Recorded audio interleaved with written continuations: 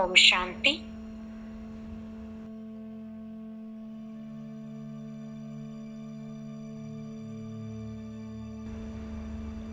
நான் ஆத்மா இருபுருவ மத்தியில் ஒளி பொருந்திய தெய்வீகமான சைத்தன்யமான சக்தியாவேன். நான் ஆத்மா எனது பிருக்குட்டியின் மத்தி என்கின்ற சிம்மாசனத்தில் அமர்ந்திருக்கின்றேன். நான் வேறு, இந்த ஷரீரம் வேறு என்பது இப்பொழுது தெளிவாக புரிகின்றது. இந்த ஷரீரத்தை இயக்குகின்ற அற்புதமான சக்தியாவேன். என் வாழ்வில் வருகின்ற சூழ்நிலைகள், என் வாழ்வில் நான் சந்திக்கின்ற விஷயங்கள், இவை அனைத்துமே இப்பொழுது என்னை முன்னேற்றுவதற்கான ஒரு பாடமாகும், படிப்பினையாகும்.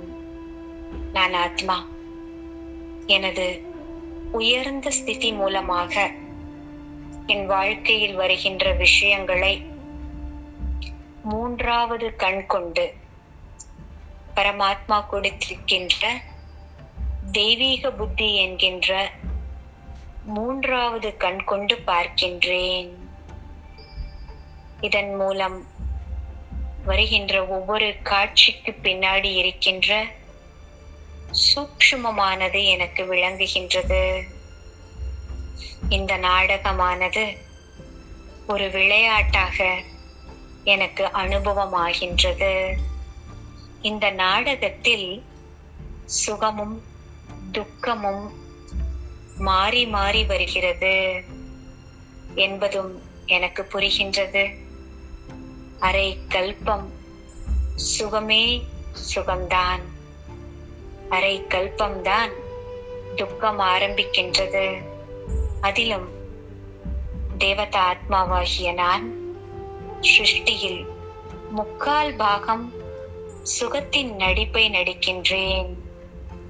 பரமாத்மா எனக்கு கொடுத்திருக்கின்ற பெரிய ஆஸ்தியாகும் இது.